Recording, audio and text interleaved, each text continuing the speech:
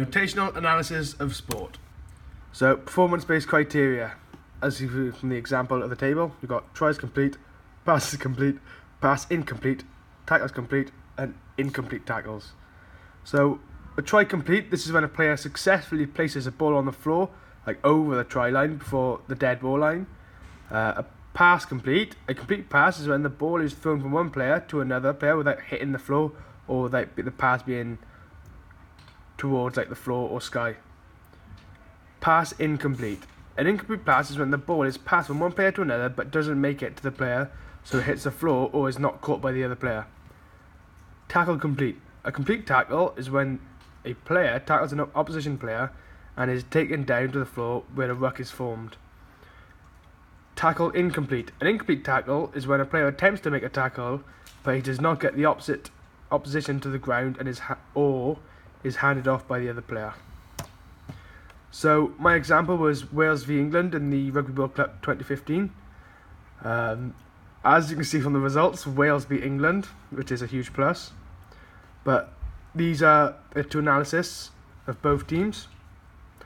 As you can see, because Wales is so good, they didn't incomplete any tackles, so it's just general. So here's a graph on passes complete.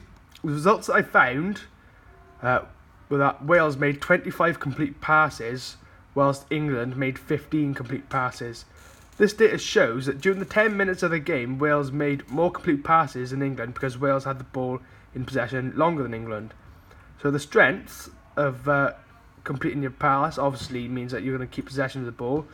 By keeping possession of the ball, you are going forward, and by going forward, you will evidently score a try. You keep your opposition from having the ball, so they don't have the chance to score a try as well. A weakness. If you don't complete your passes, you are given the possession away to the opposition. You get out of the rhythm when you drop the ball, so it disrupts the play, and the team can't perform as well. Tackles complete. Wales made 12 tackles complete, whilst England completed 14 tackles. This tackle count shows that Wales had the most possession in the last 10 minutes. Strength. So tackling stops the opposition player from going forward. So it stops the opposition from gaining yards. If you put a hard tackle in, it may discourage the tackled player. So you may be a little wary or a little scared of going into contact again. Also, if you tackle player, then jackal for the ball, you can gain possession of the ball via a scrum. Because obviously, if the player's holding on to the ball, he'll give away a penalty. Weaknesses are you may be penalised for not rolling away from the tackle. So after you tackle a player and a ruck is formed, you may not roll away, so you could be penalised. And also, you can injure yourself if you tackle incorrectly. So, tackles incomplete. The results I found, England made 9 incomplete tackles, whereas Wales made no incomplete tackles. By incomplete tackles, the opposition is gaining yards, so it's nearer to your try line. So as you see from the graph, England missed 9 tackles and Wales missed none, which by England missing 9 tackles, they are allowing Wales to gain yards and inevitably scoring a try. Here's a quote, George North breaking from the deep to launch a Welsh assault that finished deep in the English 22.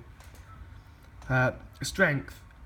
So there's not many positive from missed tackles from the defending team, but for an attacking team, there's a huge advantage because it means you can keep running with the ball and gaining yards.